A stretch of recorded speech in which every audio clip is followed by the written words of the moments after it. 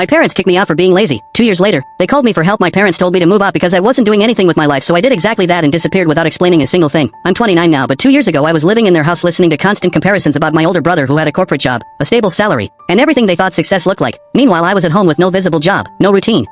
Just a laptop and late nights. Every conversation turned into the same lecture. Look at your brother. At least he's doing something. They didn't understand that I was building an online business, e-commerce, digital assets, multiple income streams. It wasn't stable yet and I didn't want to talk about it until it actually worked. But to them, silence meant failure. One night my dad sat me down and said, "You're almost 30 and still dependent on us. This isn't going anywhere." That line hit differently because I knew I was close to something big, but I also knew they didn't believe in it at all. So instead of arguing, I just said okay, and within a week I packed my bags, moved into a small rented place, and cut off almost all contact. No updates, no explanations, just work. The first few months were brutal, savings were low, pressure was high, and there were moments I thought maybe they were right, but I stayed consistent, tested products, failed, tried again, learned marketing.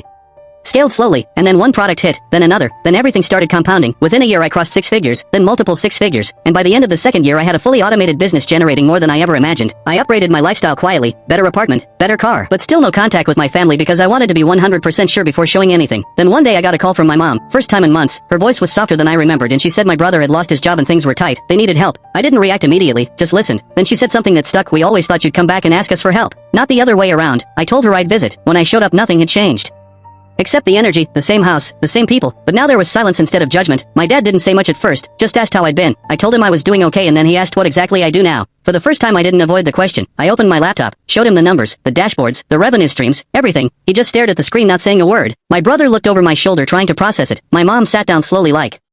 It didn't feel real. After a long silence my dad finally said, "You built all this on your own," and I just nodded. The same man who once told me I was going nowhere now couldn't even meet my eyes. My brother tried to laugh it off and said, "You should have told us earlier." I looked at him and said, "You wouldn't have believed me." Nobody argued with that. I helped them financially, paid off some of their debts, made sure they were stable, but something had permanently shifted. The respect that was once missing was now there without me asking for it. As I was leaving, my dad walked me to the door and said quietly, "We were wrong about you." I paused for a second and replied calmly, "I know." Then got in my car and drove off. Not angry, not emotional, just finally at peace knowing I didn't need their approval anymore. My parents asked me to give up my entire savings to fix my brother's mistake. I always felt like my older brother was the golden child and I was just the responsible one who followed the rules, stayed quiet, and made sure I didn't give anyone a reason to worry. It wasn't something anyone ever said out loud, but you can feel these things growing up in the way mistakes are forgiven and achievements are ignored. I'm 26 now and last month my brother got into serious trouble, the kind that changes the mood of an entire house. My mom called me home saying she needed me there, and the moment I walked in I could feel the tension. My dad barely spoke and my mom hugged me like she was holding on to something she was afraid of losing. That night I heard them talking about lawyers, money, and problems that didn't sound small. The next morning my dad sat me down and told me my brother needed help, real help.